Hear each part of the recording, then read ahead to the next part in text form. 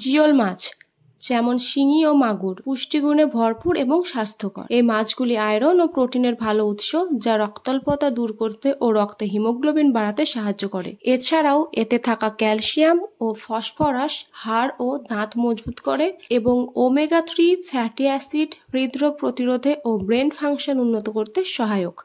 তাহলে দেখলেন তো বন্ধুরা, এই জিওল মাছ আমাদের স্বাস্থ্যের জন্য কতটা উপকারী। এই মাছ কাটতে গেলে হাতে কাঁটা ফুটিয়ে দেয়, এই কারণে অনেকেই ভয়ে এই মাছ কাটেন না। কিন্তু আজ আমি আপনাদের কিছু টিপস দেখাবো, যেগুলো ফলো করলে খুব সহজেই আপনারা এই মাছটা কাটতে পারবেন।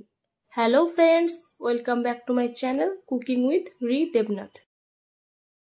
এখানে একটা টিফিন বক্সের মধ্যে বেশ কিছুটা জল নিয়ে তার মধ্যে আমি কয়েকটা জিওল মাছ ছেড়ে রেখেছি, যাতে এগুলো জ্যান্ত থাকে।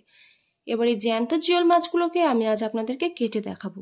তার জন্য প্রথমে আমি এই জিওল মাছগুলোকে এই জল থেকে ছেঁকে তুলে নেব। তারপর এর মধ্যে আমি এমন একটা জিনিস দেব, যেটা দিলে আমাদের এই জিওল মাছগুলোর কাঁটা মারতে পারবে না, আর সেটা হলো খাবার নুন। এই খাবার নুন আপনারা যদি বেশ কিছুটা জিওল মাছের উপরে এভাবে ছড়িয়ে দেন, তাহলে দেখবেন জিওল মাছগুলো ছটপট করতে করতে একদম শান্ত হয়ে যাবে। সেই পর্যায়ে আমরা এই মাছগুলোকে কাটবো। তো দেখুন, প্রথমে মাছের সুরগুলোকে ফেলে দিতে হবে, মানে যেগুলো কাঁটা ফোটাতে ওরা ব্যবহার করে। এই মাছের গায়ে আঁশ নেই ঠিকই, তবে মাছের গায়ের উপরের যে কালো চামড়াটা, সেটা আমরা একটু বটি দিয়ে ঘষে তুলে নেব। তারপরে মাছের যে পাখনাগুলো, সেগুলোকেও কেটে নেব। এরকম ধরনের আরও নিত্য নতুন ভিডিও দেখার জন্য আমার চ্যানেলটা সাবস্ক্রাইব করে পাশে থাকা বেল আইকনের অল নোটিফিকেশন অপশনটা অন করে রাখবেন, যাতে আমি যখনই কোনো নতুন ভিডিও আপলোড করব তার নোটিফিকেশন সবার আগে আপনার কাছে পৌঁছায়। এবার দেখুন, মাছের ঠিক গলার কাছে আমরা অল্প করে একটু কেটে নেব এবং একটু হালকা করে টানলেই কিন্তু মাছের যে নাড়িভুড়িগুলো সেগুলো বেরিয়ে আসবে। ব্যাস, তাহলে হয়ে গেল আমাদের মাছ কাটা। তো এইভাবে আমি বাকি মাছগুলোকেও কেটে নেব। তো দেখুন বন্ধুরা, সমস্ত মাছ কাটা হয়ে গেছে। যেগুলো একটু বড় সেগুলোকে আমি 2 টুকরো করেছি, আর যেগুলো ছোট সেগুলোকে গোটায় রেখে দিয়েছি। এবার এই মাছগুলোকে খুব ভালো করে ধুয়ে নিয়েছি আমি। আপনারা দেখে নিশ্চয়ই বুঝতেই পারছেন ধোয়ার পর কতটা পরিষ্কার হয়ে গেছে। এবার এগুলোকে আমরা নুন হলুদ মাখিয়ে নেব। আগে থেকে নুন হলুদ মাখিয়ে রাখলে কি হবে, মাছের ভিতরে খুব ভালোভাবে নুনটা ঢুকে যাবে।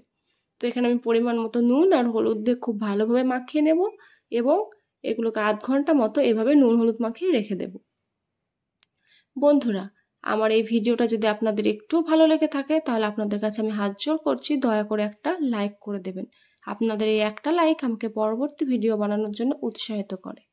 বাড়িতে বিভিন্ন ধরনের বেকারির জিনিস বানানোর জন্য ইস্টের প্রয়োজন হয়, কিন্তু আপনাদের কাছে যদি ইস্ট না থাকে, তাহলে কিভাবে খুব সহজে আমরা ইস্ট বানাতে পারবো তার ভিডিও আমার চ্যানেলে রয়েছে। তার লিঙ্ক আমি উপরে আই বাটনে দিয়ে দেবো, প্লিজ একবার চেক করে নেবেন। এদিকে আমি একটা কড়াইকে প্রথমে খুব ভালোভাবে গরম করে নিয়েছি, তারপর তাতে বেশ কিছুটা সর্ষের তেল দিয়ে তেলটাও গরম করে নিয়েছি।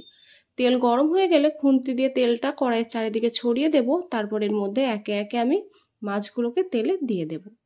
তারপর একটা দিক ভাজা হয়ে গেলে মাছগুলোকে আমি আবার উল্টে দেব। এইভাবে উল্টে পাল্টে সমস্ত মাছগুলোকে আমি ভেজে নেব। যারা ওলের ডাঁটা কাটতে ভয় পান হাত চুলকোনোর ভয়ে, তাদের জন্য রয়েছে বেশ কিছু টিপস। যদি আপনারা ওলের ডাঁটা কাটা এবং রান্নার ভিডিওটা এখনও না দেখে থাকেন, তবে তার লিঙ্ক আমি উপরে আই বাটনে দিয়ে দেবো, প্লিজ একবার চেক করে নেবেন। তো মাছ আমাদের ভাজা হয়ে গেছে, এবার আমরা মাছগুলোকে তুলে নেব। এই মাছ খুব বেশি ভাজার প্রয়োজন নেই, হালকা ভেজে তুলে নিলেই হবে। এইভাবে আমি বাকি মাছগুলোকেও ভেজে নিয়েছি। এবার যে বাকি তেলটা রয়ে গেছে মাছ ভাজা, সেই তেলের মধ্যে দিয়ে দেবো 5 ফোড়ন। 5 ফোড়ন গন্ধ ছাড়লে এর মধ্যে আদা, জিরে আর কাঁচা লঙ্কা বাটা দিয়ে তারপর আমরা একটু ভালোভাবে নেড়ে চেড়ে নেব। এবার এর মধ্যে দিয়ে দেব রঙের জন্য হলুদ। তারপর আবারও সমস্ত মশলা খুব ভালোভাবে কষিয়ে নেব, যতক্ষণ না মশলা থেকে সুন্দর একটা গন্ধ ছাড়ে। তো মশলা আমাদের কষানো হয়ে গেছে। এবার এর মধ্যে আমি দিয়ে দেবো পরিমাণ মতো জল। এই ঝোলটা কিন্তু একটু পাতলা ঝোলই হবে বন্ধুরা, কিন্তু খেতে দুর্দান্ত হয়। আপনারা একবার এইভাবে বানিয়ে দেখবেন। এবার আমি এর মধ্যে নুন দিয়ে দেব এবং ঝোলটা ফুটে উঠলে এর মধ্যে ভেজে রাখা মাছগুলোকেও দিয়ে দেব।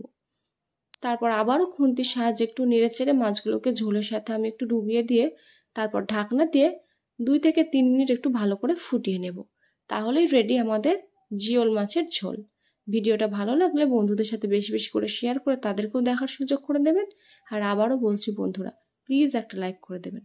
আজ এই পর্যন্তই, আবার দেখা হবে নেক্সট ভিডিওয়। ততক্ষণ সবাই ভালো থাকবেন, সুস্থ থাকবেন। বাই।